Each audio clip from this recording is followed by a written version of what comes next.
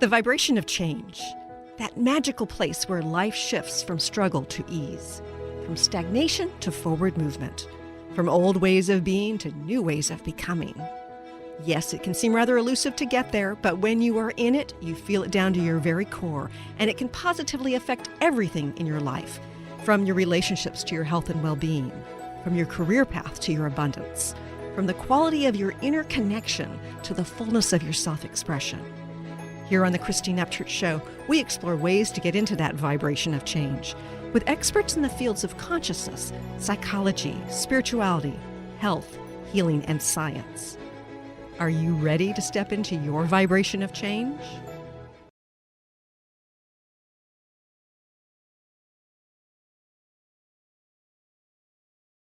Welcome to another show. So grateful to have you here today. You might be listening live on 1150 AM KKNW in the Seattle area, on transformationtalkradio.com, on Facebook Live on one of the pages this shows up on, or after the fact on my YouTube channel or one of the dozens of podcasts it sends up. But wherever and whenever, you're going to be grateful because I'm so excited about our guest today. He and I dive in deep and have a great conversation. But before I tell you who he is and tell you a little bit about, what he shares with the world, I'd like to say hello to the people behind the technology. Benny at KKNW. Good morning, Benny. Hi there, Christine. How are your kidlings doing?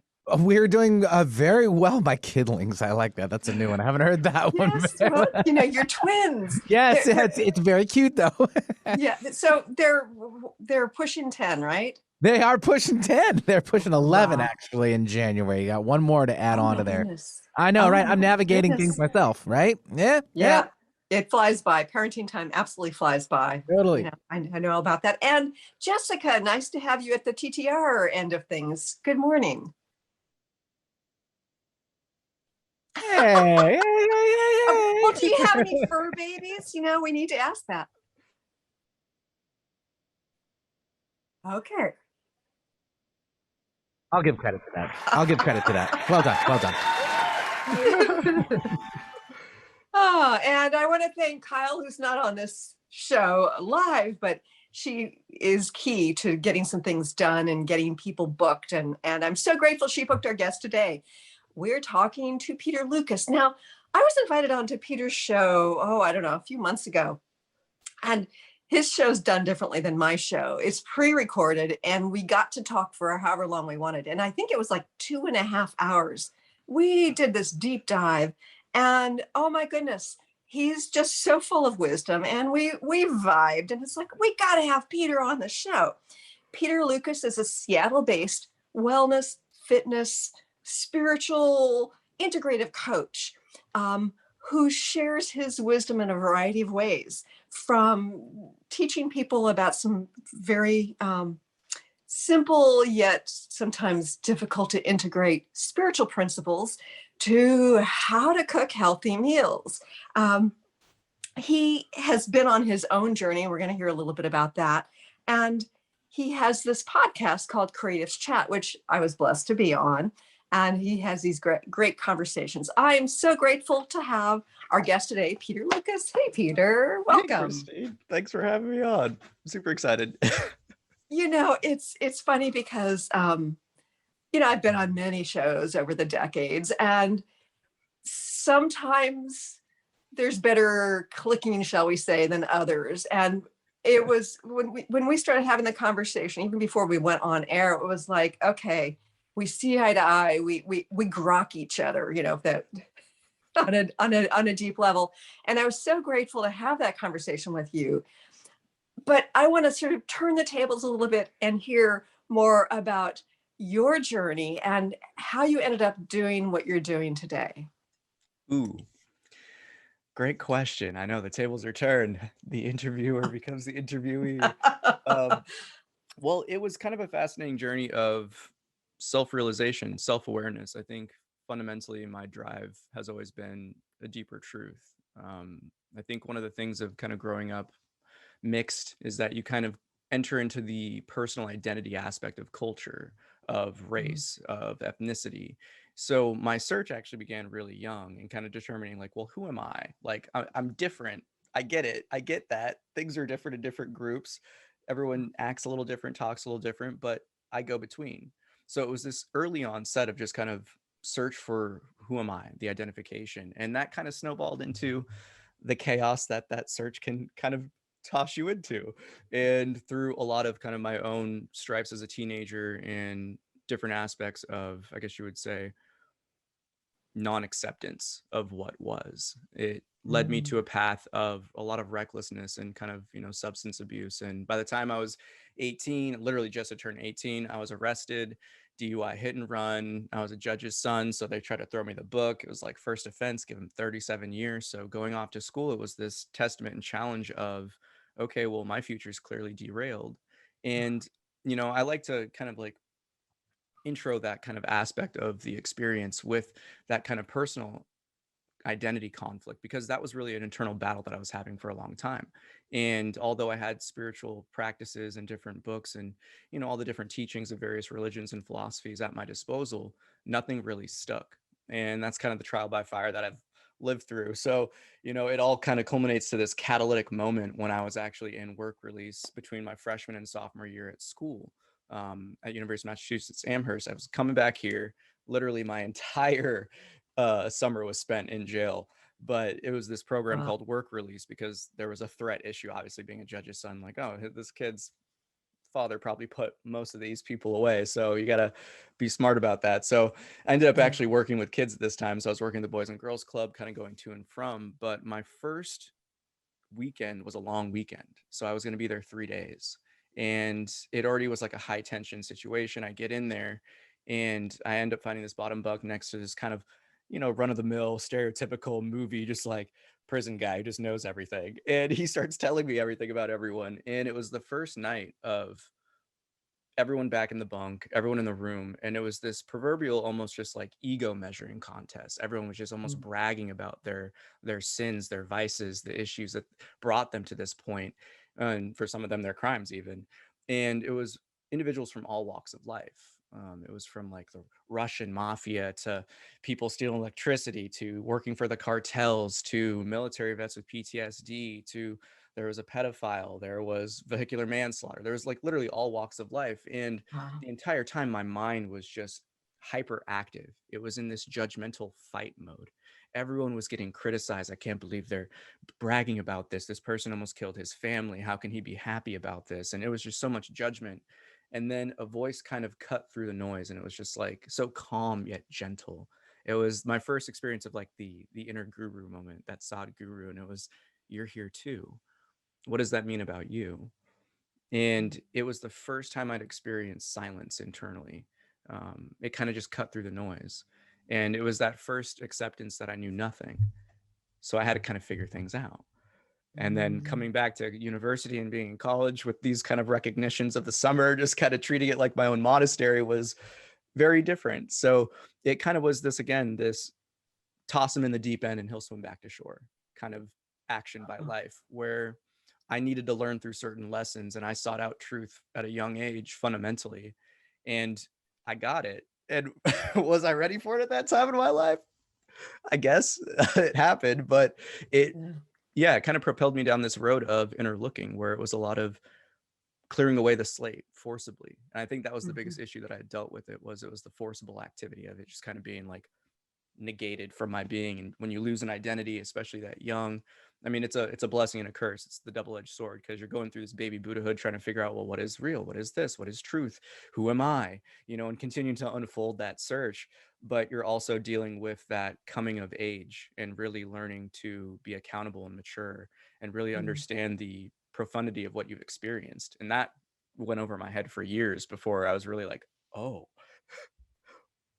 That's such an amazing story, Peter. I mean, first of all, this concept of not like being a part of two groups, two cultures, Yeah. and yet being different. So that concept of being an outsider, I think, is one that so many on their spiritual journeys have experienced, of this not fitting in, Yeah. this confusion about who they are. I mean, it happened to me as well. But to be thrown into jail. And by the way, I don't know if you knew this about me, but I did my undergraduate work at UMass Amherst. Oh, yes, that's awesome. So That's the I know vibe. all about Happy Valley and yeah. Oh yeah, Yeah.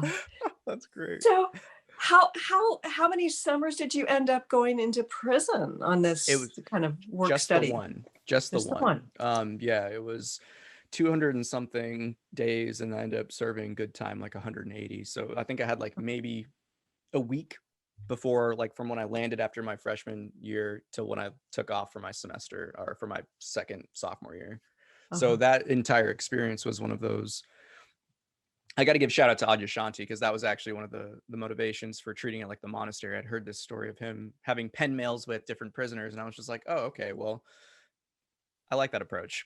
I'm going to treat this Yeah. like temple. I'm going to treat this like a monastery. So the entire time was, still socializing to an extent, really more so going back to like my childlike state of just low key, quiet, observant. Mhm. Yeah, just the introspective looking. And that was kind of as I always say, it's the catalytic moment that really propelled me down this conscious path of unfoldment. Mhm. So, and I think, Yeah. talking about change, the vibration of change, I think that's the biggest key behind it, was really accepting that experience for what it was to really transform it into something that it could be. Is, because you could resist that so much. And I think I saw that in and out of people who are dealing with substance abuse, to just some people. I don't think the human spirit is really meant for the prison industrial complex system that we have nowadays. Because I had seen a war vet, PTSD, have solitary confinement for I think about a month and a week, he said. and Oh, and oh, just how and just to horrible. exactly, so like, and just to see that type of damage, like that experience for me was really, it was decades worth of knowledge in just 2.5, like, or 3 months, just about 4 months. Mhm. And that was one of those things for me where I'm ever grateful for, because it brought a new lens of humility and compassion to it all. And I think I really needed that to kind of humbly start this search, where it wasn't that, yes, there was a clearing of the ground where I knew nothing, but there was an opportunity to really feel the heart for the first time, to really feel Mhm. that deep compassion of just like, wow, you just didn't have someone to talk to. You were Right. alone for a month and a week, like what that does to the human psyche and the emotional spirit. Like, Yeah. so I was just able to see this huge path of redemption from other people, and gain the wisdom, because I was the youngest person there. I was 19. So everyone was just like, who's this kid, why is he here?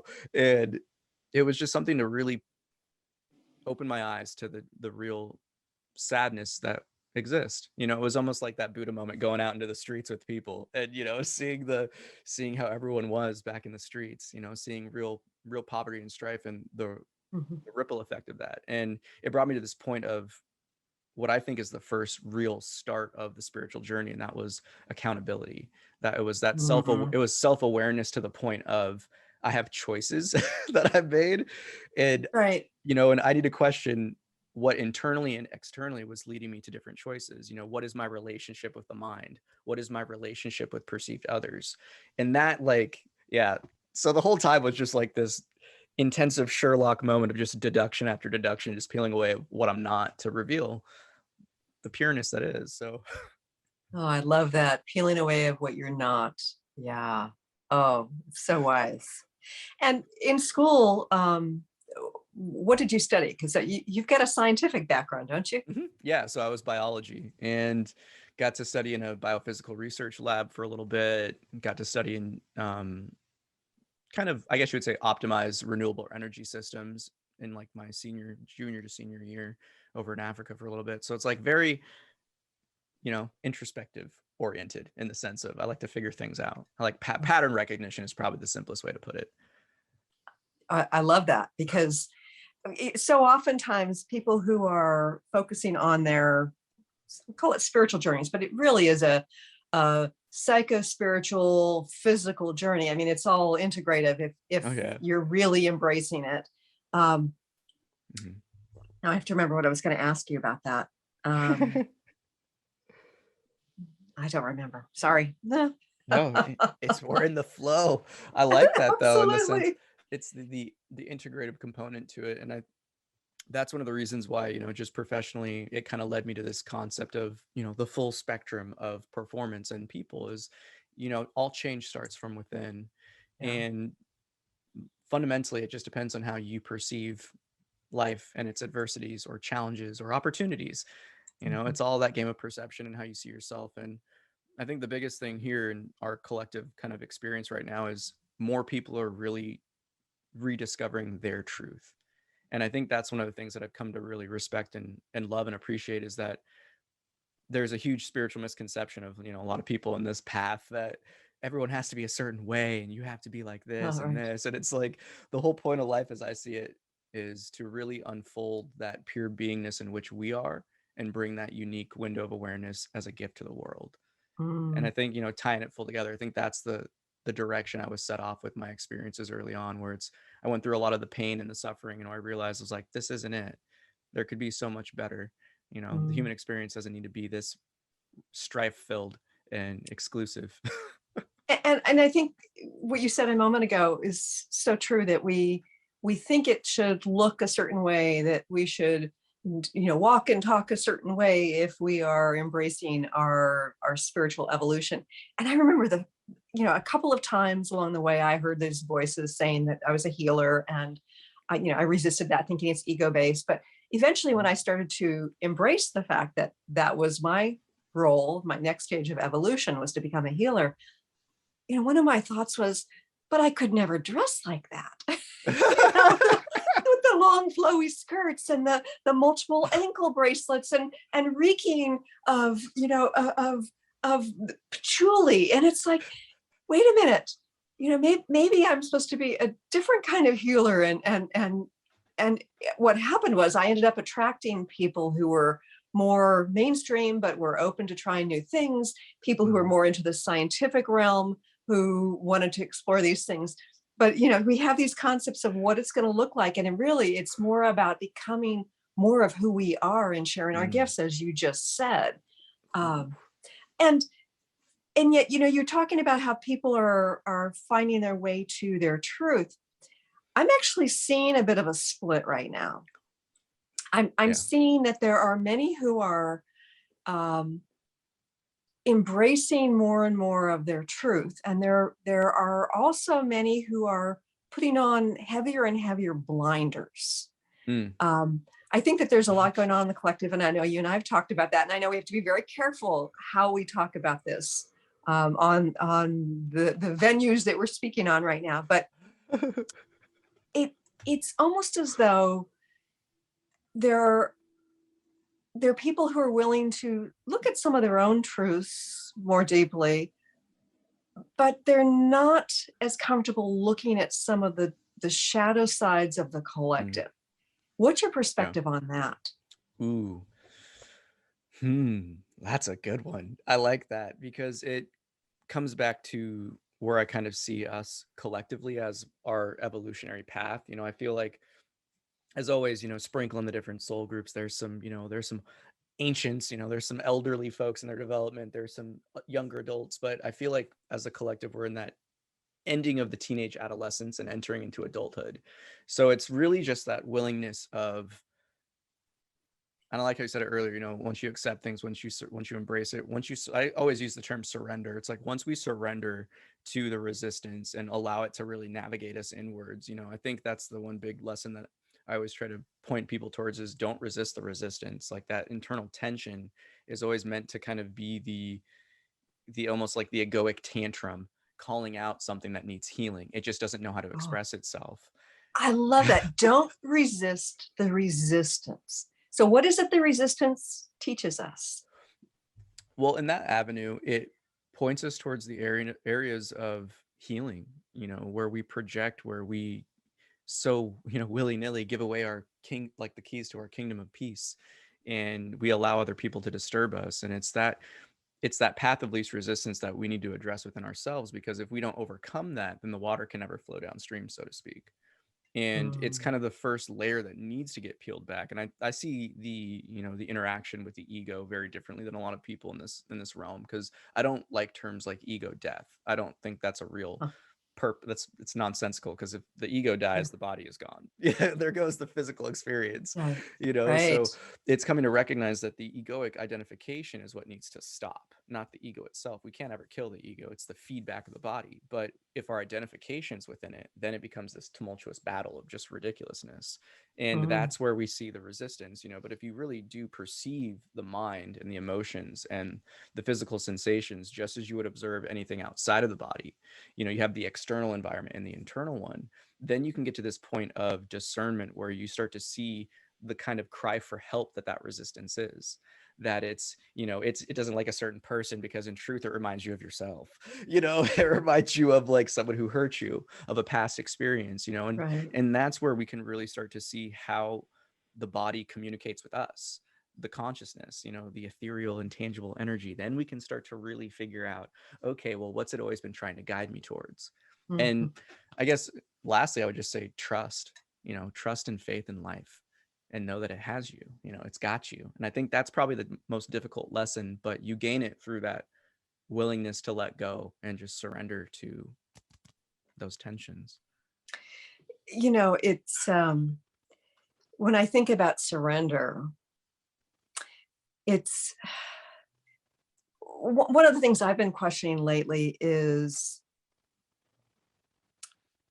there's this difference between surrendering and setting boundaries. Like I Mm, think about what's going on in our state, in our county in particular. I know in a couple of weeks, I'm not supposed to go into restaurants anymore or into gyms or, wow, yeah. um, because I haven't gotten that thing. And you and I have talked Right about there. that, about what that's about.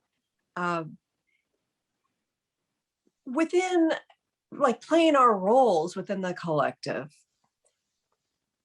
how do we balance the surrender to showing up as a spiritual warrior, so to speak? Mm.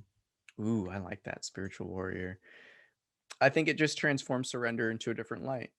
It's surrendering and accepting the fact that these old paradigms of the corruption are done, and we need to dance our dance and embrace the new. And it's funny, Mhm. it's like I got to give a shout out to David Hulse of Soma Energetics. You can I think energybodytuners.com works too, but he had this when I was interviewing him. He said this line, he's like, well, I'm not really investing on the energies breaking down, I'm investing myself in the energies that are breaking through. And I was just like, Mhm. oh, I love that. That's And great. Yes, because for me, yes. that's the form of surrender, where it transitions that surrender into all the new stuff, where it's like, okay, I'm totally okay not going to these different venues. I'm going to vote with my dollar. I think this is where it's almost activated those who have seen the current hysteria and insanity and have started to gravitate towards each other, where that like attracts Yes. like now. So I find that surrendering to the fact that those situations are what they are, I'm just not going to participate, and I'm going to kind of create my own lane. It's almost like Mhm. life is forcing everyone to do what we were just talking about earlier, where it's like, be your unique version of yourself. Like, Right. I see the spiritual warrior aspect as a bunch of Johnny seeds and Johnny apple seeds and Janes, just planting those spiritual seeds just through our being, just through Mhm. dancing our dance. And that's probably the biggest form of surrender I feel like has been really kind of beaten home. I mean, if there's been one pattern that's repeated its life, kind of forcing that one down my throat, where it's this is the Right. time to just dance your dance and just disregard the old and embrace what you are fully, surrender to the old paradigms falling and Mhm. begin to embrace the new energies coming in. So Yeah. and that's where it's funny, where you think about it like the intuitional level. I think there's been more conscious recognition of connecting with people in the hearts just through walking and hanging out and just interacting day to day than ever before, and Mhm. seeing it change people and impact people more and more and more. I think people are becoming more sensitive to these things, so the more that we can kind of invest the energy and the focus into that genuine pureness of expression and just being a loving person, being the bright light Mhm. you are, it's just going to naturally start to lift the resonance of others just by your beingness. So that's a long-winded way to answer the question, but I feel like it just the setting boundaries comes from that angle of self-love, and that, Yes, yes. and that's the surrender to the old, surrendering to like, I'm no longer going to do these things that are going to persecute my personal will and freedom Mhm. of expression and choice. So let it be. And I'm just going to continue to invest myself in myself and see where Mhm. that goes. So it's, Yeah. what about you? Eh, How do you feel about that? Like, I'm well, curious. I've been going back and forth. I mean, I've got the flexibility to move if I chose to do that.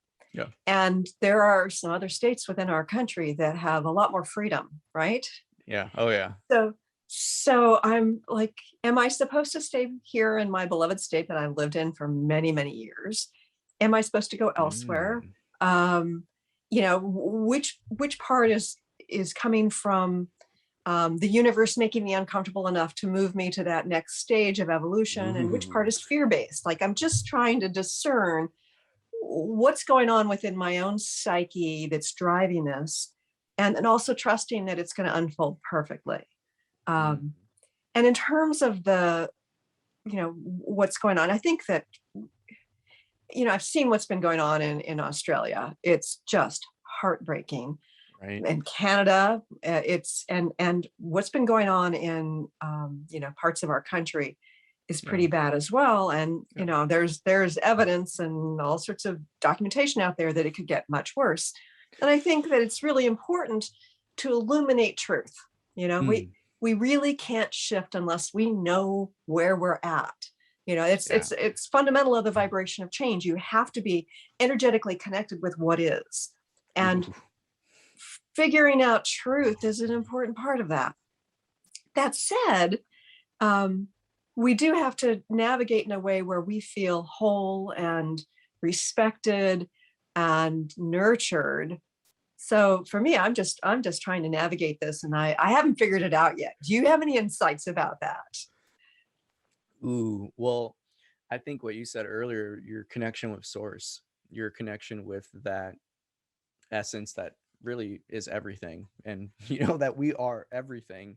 It comes back to that recognition of, if consciousness of the universe is the ocean, we each represent a drop of that Mhm. water. And that means that we also contain the universe within us. And I think Mhm. this is the time where, because I've honestly had that contemplation myself of, do I just leave? And just all the signs and patterns that were coming up and just being like, no, not yet. Mhm. It reminds me of the old saying, the brightest lights go to the darkest corners. And Yes. that's kind of the vibe that I've been getting, at least for my own search with this one. But Right. it comes back to that point of, there needs to be people who go against the grain in an area of a lot of Mhm. cowardice. And I think that's one of the kind of personality traits that I've seen kind of in like that Pacific Northwest area from my own upbringing out here. Is just, there's a lot of just cowardly natured people, and seeing that, or kind of go with the Interesting. flow due to because it's the path of least resistance, Yeah. so they naturally flow with it. But that's where I've almost seen it takes people to take their stand and make their stand in a gracious way, not the arrogant and disruptive, egoic, like Mhm. exclusive, but to really just be loving. It's like, so if I'm walking around in a store and I don't happen to be wearing anything, I'm smiling, I'm singing a Uh-huh. tune, people are dancing, I'm vibing, I'm radiating, I'm consciously like radiating love to people, letting them know it's like, hey, it's all love, it's all love, it's all love. And I've seen the difference in some. I mean, obviously there's others that get even more, hold on to the reins even tighter, but it comes back to really just recognizing what life is trying to show us. I think the biggest thing is, if patterns show up, then they show up and they point us where they need to go. But if we're not seeing anything, that's kind of the answer too. And Mhm. it's more so, how can we utilize that situation to dive deeper into that connection with our beingness and the pureness that is. And I mean, that's how all of this is, how I see it, is just the incubation period. It's that transformation phase where we're still in that process of transmutation. We're in between. there's Mhm. there's quite a bit of the mixture over, and like 80%'s kind of like gone into the final product, and we're still waiting for that other 20% to kind of push its way across. And it may not, but right now it's just recognizing the point of time in which we're in, and just embracing the chaos of it and dancing the dance. And I mean, for me, it's purely that connection with source Mhm. and trust. Because recently I went on a trip, and it was like, you know, when I told like my clients and students, they were like, "You're going to Vegas? What are you going to Vegas for?" I was going to see a comedy show. Uh-huh. Ended up meeting the comedian and everything. But it was one of those things where I was also trying to figure out why here. Like, why did I feel inclined to go, you know, for this many days? Like, I definitely wanted to like hang out by the pool and read and catch up on all Uh-huh. that. But it ended up bringing me in touch with four different people who needed some type of spiritual healing. And it was a deep, profound conversation. One of them was on, you know, their career and where they're at in life. The other one was about following their passions and kind of getting out of their rut. Another was something Mhm. similar to this end of ending some type of a depression. And then one of them was actually a very a kindred situation, because I lost my father September 11th. You know, all these different things, and you know, some It said different. that again, you lost your father. Yeah, on September 11th, he passed away in the morning. And Oh, I and actually met, yeah, that was, yeah. So that was all within a certain time period oh, of when certain oh, I'm so things started to happen. sorry. Oh, and well, here's the thing is the trust and the faith is I had actually had a dream a month before symptoms and things started to manifest. Mhm. And I was always very curious about it. And then through that, I actually had met three different people who had lost a parent within like a week of each other. I met all three of them.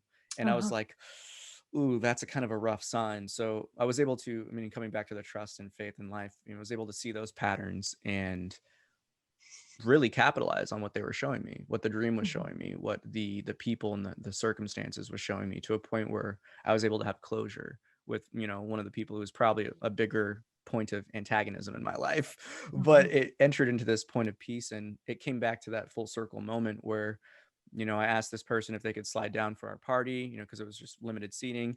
And, you know, they were looking all upset. And we just started to talk a little bit. And he had lost his mother a month before I lost my father. And it Wow. was just one of those things where, you know, we look at these random moments of, you know, random coincidental moments of life. And it ended up being a conversation that healed both of us and gained, you know, a deeper understanding and perspective, where it's just like, I came here for this conversation. Like, this was it. Like, all these random things happening around it were leading me to these pivotal moments of recognition, of reflection, that just continue to kind of fuel the fire that is trust and faith in life. You know, I think that's one of the greatest gifts of this search of, you know, liberation or peace, whatever people are seeking.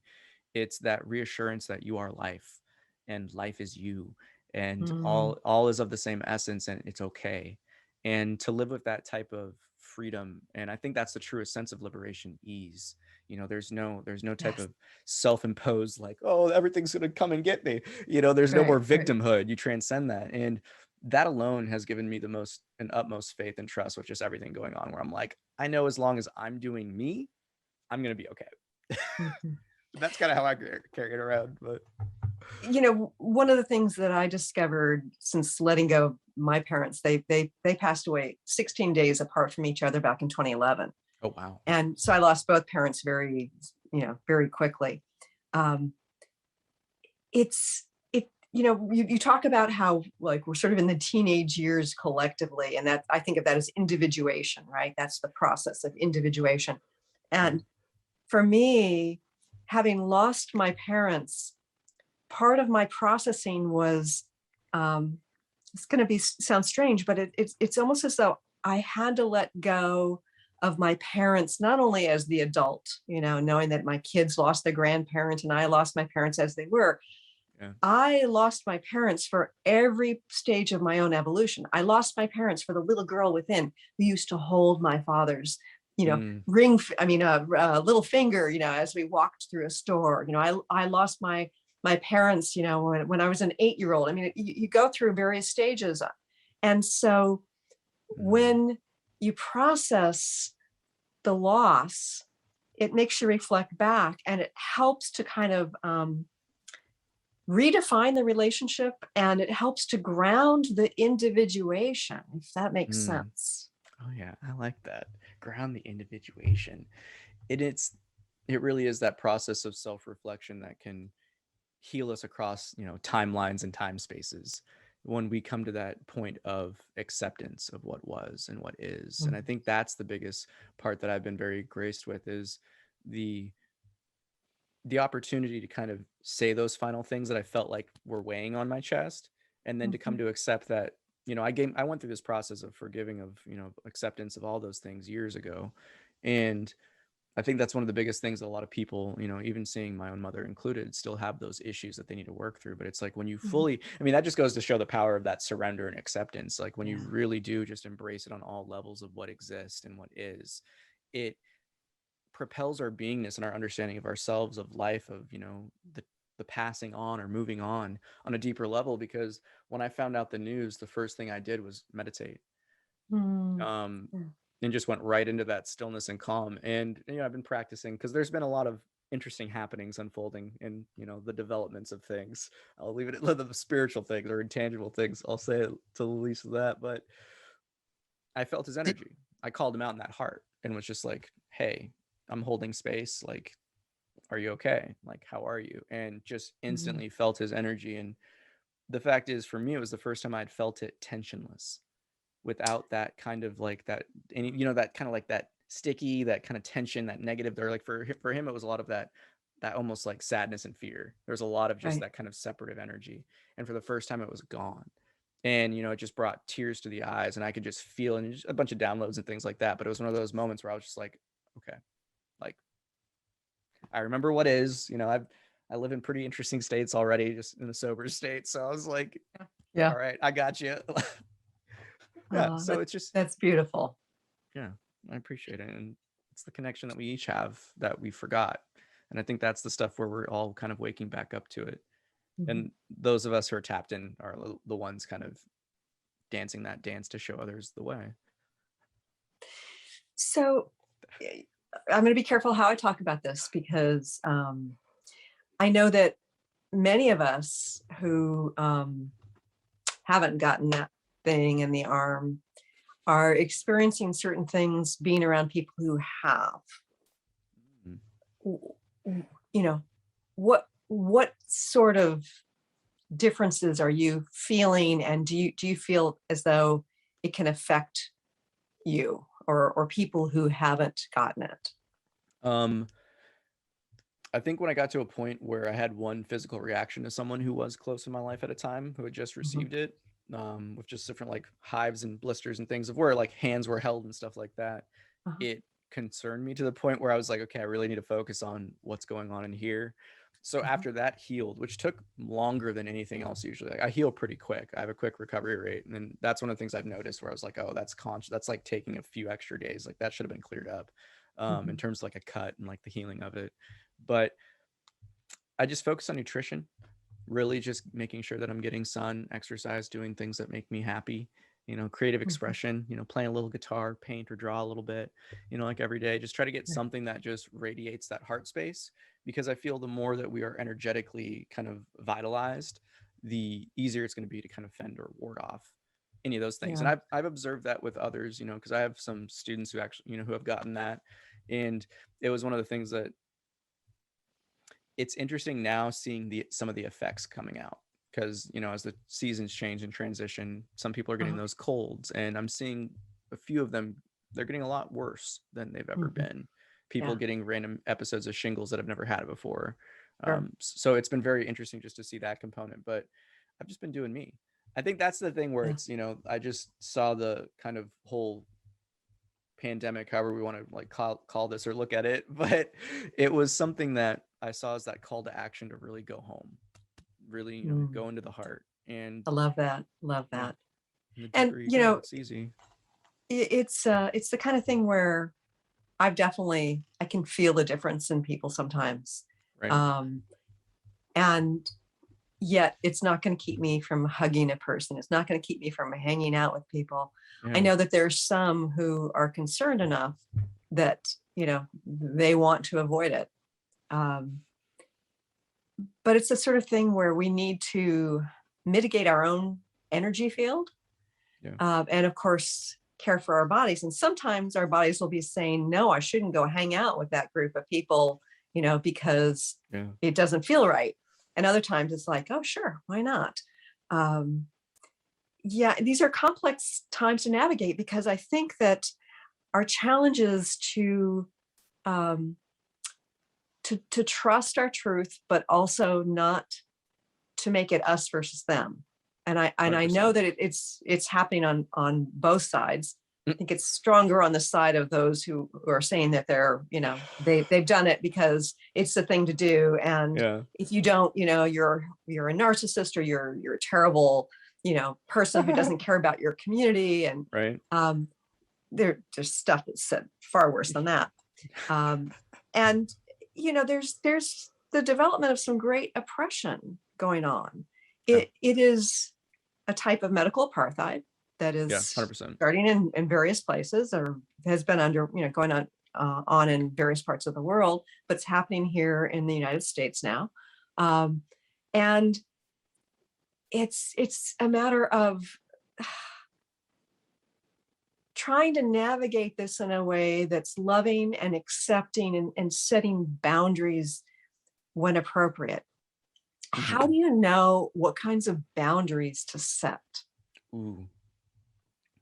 This is when the power of, you know, perception and awareness really comes into play, because if you're self-aware and observant of your own experience, you can easily tell who fills you up and who drains your battery.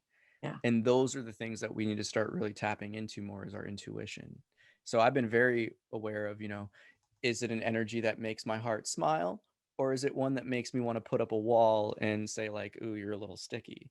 So Mhm. I've been doing some different energetic tricks, just personally, where it's just to feel out a situation. I've been actually wearing more white when I go out in public, so Oh, it's, interesting. yeah, because it's that aspect where I've noticed that it helps me kind of, it's almost like a little extra layer of like a little bubble of protection, where it doesn't Uh-huh. immediately come to you. It's just, it reflects a little bit. It has that refraction aspect. So even on those subtle aspects, I've been picking up on who really fills me up versus who is trying to really just take away the energy. And from there, Mhm. that's the boundary, because it's self-love. Like they don't need that type Sure. of toxic, relationship and understanding. I don't want to be drained. I don't want to deal with that.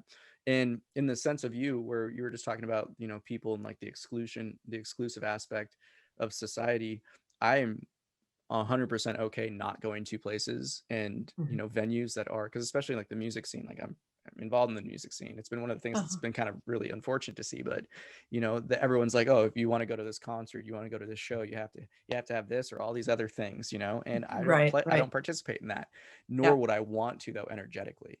And that's the thing, Yeah. where it's people's surrender and willingness to let go, because I've seen a huge shift of like the extroverts that had to learn to really sit with themselves and really come to understand Yes. themselves.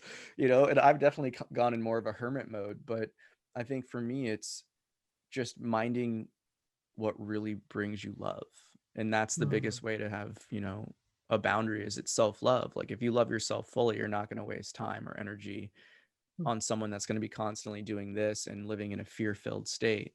And that's the biggest thing that I've found is, those who are on that vibration of fear and paranoia and all these other things, naturally they're not even like drawn towards me, because you see this curly haired dude without a mask walking around, they're going to be like, you either vibe with them or you don't. So you can kind of see people go the opposite direction. So I find that the Right. more you sink within this, the easier it gets to that aspect of, your self-love just radiates so much. It's either a light for others or it's a mirror that kind of projects and others don't like their way they look. So Mhm. yeah, it's been an interesting Yeah. predicament, but self-love is probably the easiest way to say it. And speaking of self-love, one of the things that you focus on is the food that we eat, right? And Oh I, yeah. I, I was watching one of your YouTube videos where you're cooking greens, and I was Oh fascinated. And it's like, oh, I really want to make that. And when I watched you making collard greens, I thought, I also need to make some black-eyed peas to go with that. right. I'm Yeah, because you got to get it. I'm from Texas originally, so it's like that Southern food. I know what goes with collard greens. Love it. I love Um, it. That's dope. so it's clearly a lot about nutrition, Mhm. right? Yeah. But there's more to our physical well-being than the exercise and even the nutrients we put into our bodies. Mhm. How do you integrate the energetics with Mm. some of these physical steps that people can take in order to improve their health? Ooh, a lot of little metaphors and stories. And just tried to bring it. I got to give credit to a teacher that I had, professor technically, Dr. Reinleitner in high school. He was my physics professor and math professor, and I very much so didn't agree with him in a lot of ways of life, but he gave me one of the biggest pieces of wisdom I've ever received, and it's actually kind of carried me through a lot of my search and where I'm at in life. And it's, you don't fully understand something unless you can explain it to a child. Yeah. So for me, Love that. that's the baseline of everything, where it's, you always have to come down to a person of where they're at and their understanding. And, you know, from the physical aspect, I always try to build a foundation almost outward in. You know, physically, we're a system of levers and pulleys. If one of those levers is imbalanced, then, you know, you have a shortening, and then you have, you know, weird posture, then your gait changes. And it's showing people the interconnected nature of life from the physical. And then from there, we kind of peel that layer back and being like, okay, and, you know, you have a certain pain, you have a certain, you know, your shoulders roll in. We want to think like, how does that make you feel? You know, when you walk into a room, how is that tied to your emotions? How is this reinforced through the mental activity? You know, do you identify with your thoughts?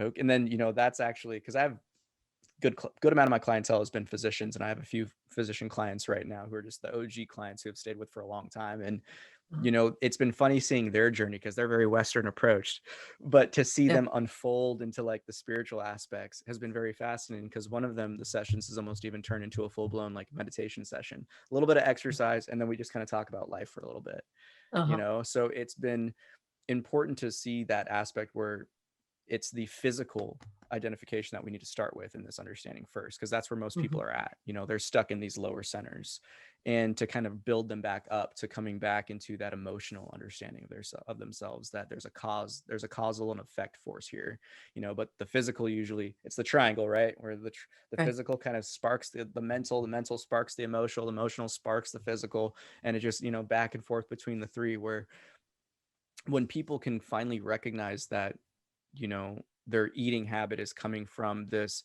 constant tension of just mental activity, of the pain, and it's trying to cope or numb, you know, there's a chemical imbalance, there's a chemical addiction. You really start to see that everything is one. It's all one system. You can't address one thing without the other. So then when people recognize that, they can't unsee it. So the first thing that I always start off with is usually posture for people, because that's the biggest one, where, you know, and a lot of people naturally have heart chakra issues, because for most people, having your chest open is really uncomfortable. Being seen and being, you know, and holding yourself up with esteem is really uncomfortable. And that's, you know, so Being those are the vulnerably open. Yeah. yeah. So it's just like, yeah, with the gusto, you know, and it's seeing people witness that change, when it's like, okay, now go back to your regular posture. And then they collapse and fold, that they have this look that's just like, oh my gosh, you know. So it's seeing these moments of humility and just truth, that kind of they get these little nuggets every now and then, that they can peek through their own veils of illusion, and they kind of see themselves for who they are. And it's this person that has infinite potential. You know, when they see the process of them not being able to do like a push-up or a squat, or really decipher and distinguish between a thought and themselves, like, and you see them have these conversations, like, it's such an exponential growth that hits. And I think that's the avenue that I've seen, is each person can tap into that whenever they want. But it's all about, if you're not able to do it internally with, you know, the trials by fire in life and what have you, then to have a person like myself that holds space, that can kind of point you along the way, you know. That's been really powerful to see, because I mean, it's mutual healing. I learn, they learn, we're all growing and unfolding. Yeah. Yeah. One of the things that I find fascinating is the energetic component and how it affects the physicality. Yeah. Number of years ago, when I left my marriage, I ended up gaining weight, and it's not like I was, you know, eating poorly. It's like I've been into good nutrition for a long time, and no, I'm not perfect, but it was like, it's not like, okay, I was, you know, doing a lot of emotional eating, and it really didn't make sense when you looked at the calories in, the calories out kind of thing, that whole thing. And I thought, okay, well, maybe it's hormonal. And finally, I just sort of let go, and this is where I'm at, you know. And then about a year ago, I ended up facing some issues. Won't go into the story, but I ended up facing some issues associated with um, my self-hatred towards my body, and feeling disconnected from my body. And I began to grieve the loss that I felt. Like I've been terrible to my body in terms of my emotional and mental perspective. And within 8 weeks, I'd lost 25 pounds. which Wow. defies any rational explanation whatsoever. And Yeah. then over, a couple months, I lost another 10 pounds. So it was like I lost the weight, but it didn't make sense to my rational mind. But it did underscore this connection between the energetics and the psychological. And yeah, Mm. there are probably some hormonal differences, with cortisol and all that stuff. I get that there's that piece, but it really defied rational explanation. Oh yeah. And I think that's the thing, that the intangible always supersedes the physical. And that's the one Mm. avenue that people really, I think we're waking up to it, but I think that's one of the reasons why there's a lot of us who have, you know, went and explored the kind of Western scientific understanding and then woke up from it and kind of went down into the intangible, because you Yeah. start to realize the almost misinterpretations. And it's like, no, that's actually the chicken before the egg here, guys. And that's where it comes back to that mind over matter. And it's something, there's been many experiments that show it. You can have meditators that are trying to lose weight, and they could focus on, themselves burning fat and imagining themselves skinny and fit, and they'll Uh-huh. check their metabolism and they'll do all the blood work, and they're literally triggering different cellular processes that are burning your metabolism faster I you love know that. so it's like Yeah. there's a huge consciousness aspect, where it's like wherever we want to pivot the life's energy, and wherever we want to release it, if it's blocked up somewhere, if there's certain blockages causing a certain pain in the body, those are the Uh-huh. things that I think we're awakening into. And it's that ability to self heal. I had a client who, never in his life would he think that he'd be like a BMX, like avid, like mountaineering, like biker. And he's retired now. And we started before retirement.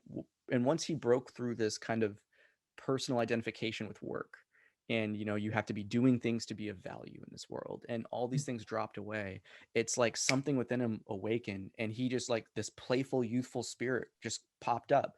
And he was like, I'm gonna BMX down a mountain today. And just to see the switch where it was just like, what happened within you is, when we have those internal, like, energetic blockages where we're feeding so much of what we're not, and then we Uh-huh. finally, like, invest that into what we are again. It's fascinating just to see how quick things happen. So, like, the fact that you lost like 35 in like a month and like half, 2 months, is like wild to me. Like, but it's Yeah. really not. In the truth of when you understand that, it's like, oh yeah, energy is the heaviest stuff. Like, for example, for the listeners, if you doubt any of this, when you have to tell someone something and it's really weighing on your heart, we say that for a reason. And when you literally say it, you just feel, oh, I feel so much better. It feels like a weight was lifted. Mhm. That right there is just one expression of many that can be cascaded into a bunch of other ripple effects of issues, with that initial Mhm. blockage, with that initial resistance to really surrender to that feeling and let it dissipate. So yeah, there's so much about energy that we still haven't even tapped into yet. Yeah. Before we go any further, and we're running out of time, I want to make sure that people know how they can connect with you and what it is you offer. Oh yeah. So I mean, if you're in the greater Seattle area, or even if you're looking to meet remotely online, I offer the avenues to heal the wounds of the heart. I help you get in shape. I don't know.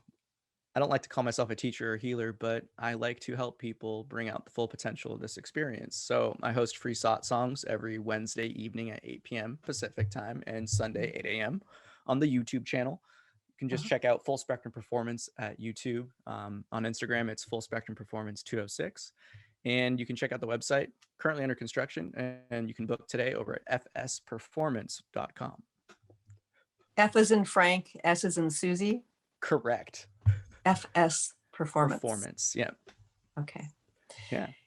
Do you have a final message for our listeners and viewers today, Peter? Ooh. There's one thing that's calling in the moment. I would say, look within, fall in love with yourself again, and don't fall in love with the things that were foreign, that were given to you. Fall in love with yourself before you were even named.